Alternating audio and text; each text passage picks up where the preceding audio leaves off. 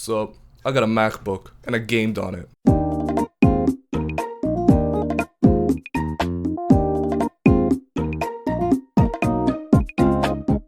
Now obviously, no one is getting a MacBook Air solely to game on it, but still, let's answer the age-old question of, can it game? You're probably skipping to the end of the video right now to see the answer, but no, that's not how this video's planned out. I did a bunch of benchmarks and tests on this poor little MacBook Air to see if it can handle games, and I mean all games, from 16-bit Sonic the Hedgehog games to even Skyrim, and you'll be surprised at what this poor little MacBook Air can handle. If you want to see the graphs I'll show in this video in full detail, check the description below. So technically yes, the 2022 poor little MacBook Air can game. However, it's a little more complicated than gaming on Windows. And by a little, I mean a fuck ton more. Like if people think PC gaming is hard, then oh, get a hold of this monstrosity. If you want to play native games, oh, that's all fine and dandy. Just download Steam, install your games, and boom, everything works. Games will run either using native Apple Silicon support, so it'll be built for Macs that use the M1, M1 Plus, M1 Ultra, M2 series of chips, or using something called Rosetta, which converts calls that a game makes for Intel x86 CPUs to Apple Silicon ARM chips. Either way, from the user's perspective, game performance for games built for any Macs is superb. It's literally amazing. Like honestly, I have to say I'm very much surprised with the performance this poor little MacBook Air is delivering.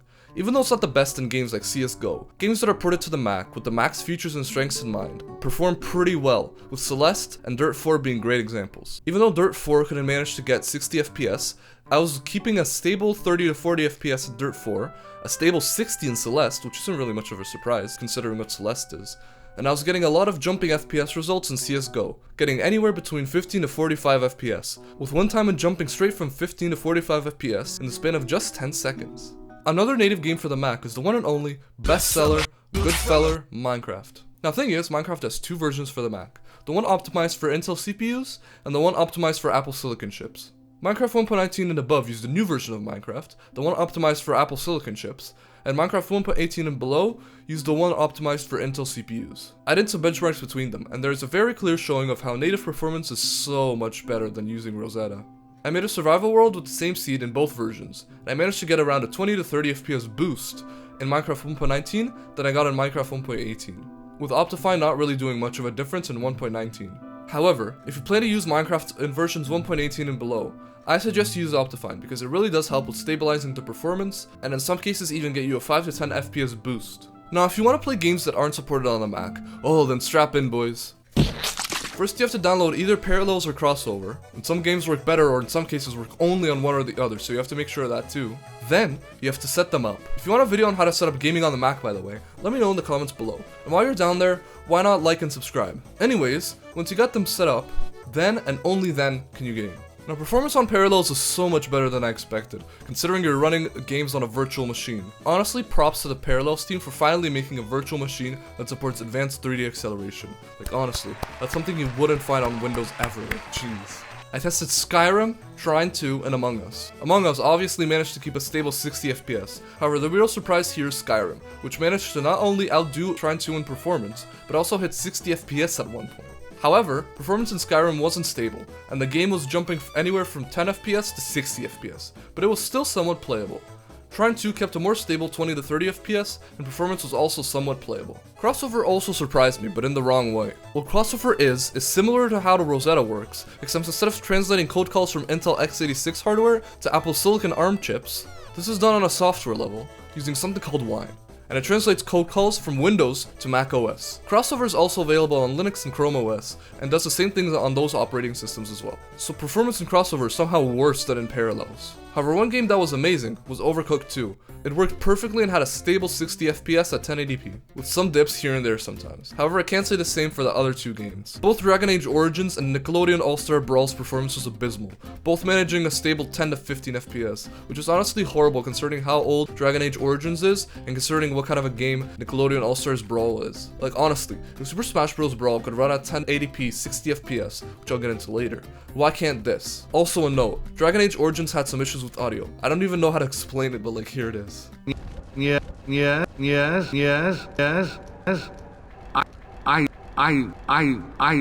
Now sometimes games won't work as expected, and sometimes you'll have to go on a site called applegamingwiki.com to see what fixes can be applied to make your game work. Now those Windows games were all from Steam, and you're probably wondering, Poopy, what about games for Epic Games? Well, I got that covered for you with a program called Heroic Games Launcher. This beautiful app, honestly, it's amazing and perfect in every way. It even lets you download the Mac binaries of a game. You can literally use Heroic instead of Epic Games Launcher on macOS. But if you want Windows games, you can download them through Heroic as well, and then literally just launch them. That's it. It auto-detects your crossover install, then auto-creates a bottle, which is what each Windows installation is called for each of your softwares, for your Epic Games game. And then it just plays like normal. Like, it's beautiful, it's amazing. It's literally as easy as playing games natively on macOS. Now for emulators, it's much more simple than playing those stinky Windows games on your Mac. Here you just download your emulator of choice, get your games legally, then just launch your emulator of choice and boom, everything works. Ish. Note, all of my tests are done at default settings, except for changing the resolution to 1080p in emulators that allow it. If you have any questions on how to set up any of these emulators, feel free to leave a comment down below and I'll be happy to help. PS3 games work somewhat well. If you want to play PS3 games on your Mac, which I recommend you try to at least to support the development of the emulator, you need to use RPCS3. To download the emulator, first search up RPCS3 on Google. On the first link, click download, then click the download button beside where it says macOS. Then open the new .dmg file and just drag and drop the RPCS3 app to the applications folder. Performance is better than expected but still not playable. I tested Batman Arkham Asylum, Skate 3, and Little Big Planet. For games like Skate 3, it had a ton of textures not being loaded properly. This also happened a bit in Little Big Planet, but it was very rare and almost unnoticeable at times. Batman Arkham Asylum surprisingly worked the best out of the three, and had a stable 30 FPS at the end of my benchmark test with some ups and downs. Skate 3 was pretty unstable, going anywhere from 10 FPS to 30 FPS, and Little Big Planet had a stable 15 FPS, with some ups and downs as well. So even though performance is stable, it's very much unplayable at its current state. However, this doesn't mean you'll never be able to play PS3 games on your M2 MacBook Air. The RPCS3 team is hard at work to making sure performance gets better and better, and only recently was this macOS port just released. So make sure to keep up with the RPCS3 project if you're interested in playing PS3 games on your poor little MacBook Air. Playing Xbox games legit blew me away. If you want to play original Xbox games on your Mac, which I recommend you try to at least support the development of the emulator, you need to use XEMU. To download the emulator, first search up XEMU on Google. On the first link, click download, then click the download for macOS button to download a zip file. Click on it to extract it, then open the folder created and drag XEMU to your applications folder. Performance is so much better than I expected, and it literally almost just works perfectly. Last time I tried out XEMU, I was barely able to get Conquer Live and Reloaded running at 10 FPS on my gaming PC. Meanwhile now, it runs at a stable 30 FPS, which is what most games run at on XEMU for my tests. Halo Combat Evolved also runs at an almost stable 30 FPS, with some dips and frames during shooting. Alien Hominid managed to get a rocky 35 to 50 FPS, which again, is very surprising considering the fact that just a couple years ago, I was barely able to get 10 FPS, and now, I'm getting like 30 FPS to even 50 FPS on this poor little MacBook Air, which again, it's crazy. Playing 3DS games was disappointing to say the least. If you want to play 3DS games on your Mac, which I recommend you at least try to at least support the development of the emulator, you need to use Citra. First, go to the link I provided in the description below, and click on Releases. Then download the .7z file and extract it. Then open the Citra Qt file, and your emulator just works. Note, this is only for Apple Silicon Macs, and if you want to release for Intel Macs, go to Citra's website and download the release from there. Now if you want it in your applications folder, then it's really easy. Just rename the head folder to Citra, and drag the Citra folder to your applications folder. Now again, performance for this emulator was disappointing and abysmal.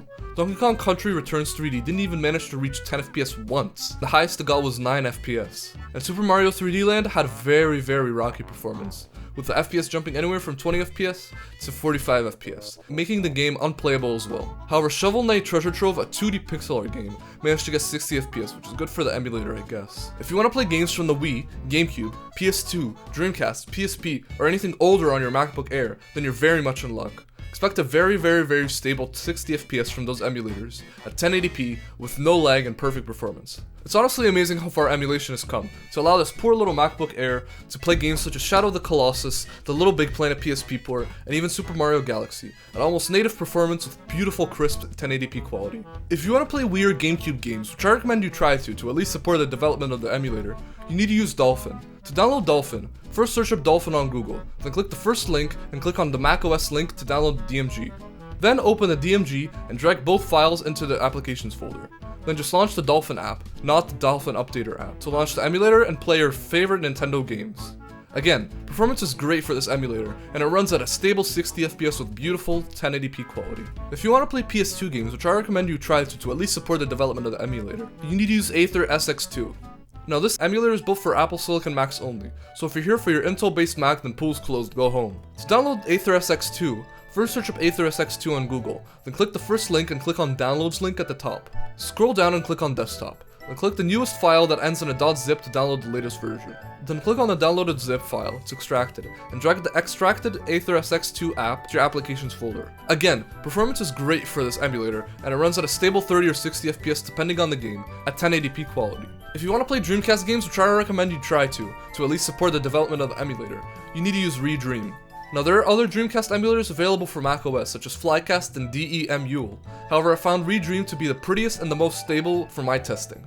To download ReDream, first search up ReDream on Google, then click the first link and click on the little Apple logo to download the macOS version of the emulator in a tar.gz file. Then, click the downloaded tar.gz file to extract it, and drag the extracted ReDream app to your applications folder. Like I said earlier, performance is great for this emulator, and it runs at a stable 60 FPS with beautiful 1080p quality. If you want to play PSP games, which I recommend you at least try to support the development of the emulator, you need to use PPSSPP. To download the emulator, first search a PPSSPP on Google, then on the first link, click the Downloads link. Scroll down until you get to where it says PPSSPP for macOS, and click on the Download from GitHub link to the right of it. Then click on the file that says PPSSPPSDL-macOS-V and a ton of numbers.zip. Make sure you download the right files, the other files are just the source code of the emulator, I believe. Extract the .zip file you just downloaded, and drag the PPSSPPSDL app to your applications folder. Like I mentioned, performance is amazing for this emulator, and it runs at 1080p quality at 60 FPS. What about PS1, Poopy? What about SNES, Poopy? What about Atari 2600, Poopy? Those are all valid questions except for the last one, and I'll show you how to get all those emulators with one simple program, RetroArch. RetroArch has actually become so popular that it has native Linux and Windows versions of it available on Steam right now. However, of course, macOS is left out as always, because who games on a Mac, right? Anyways, to download RetroArch for macOS, just search up RetroArch on Google and click on the first link.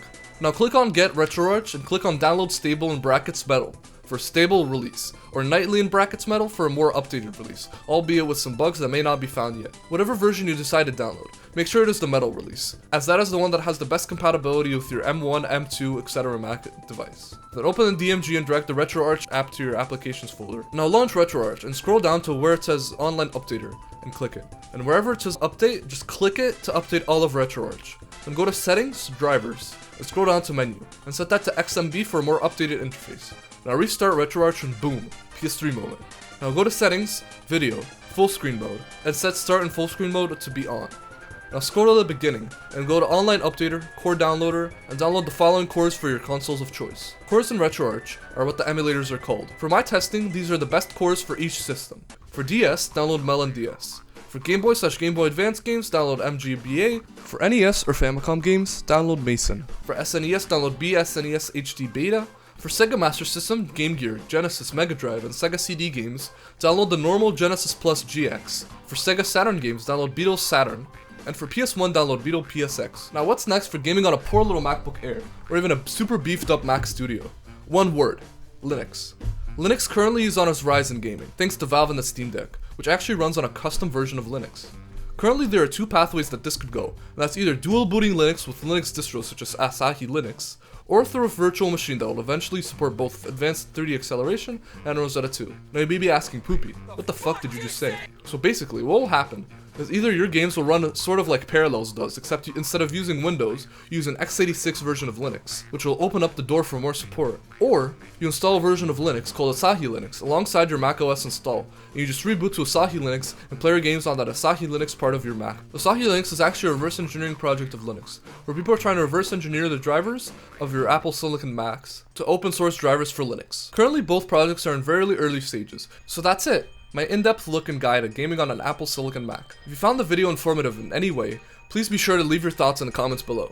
And while you're down there, maybe like and subscribe if you enjoyed the video? Who knows? And as always, thanks for watching.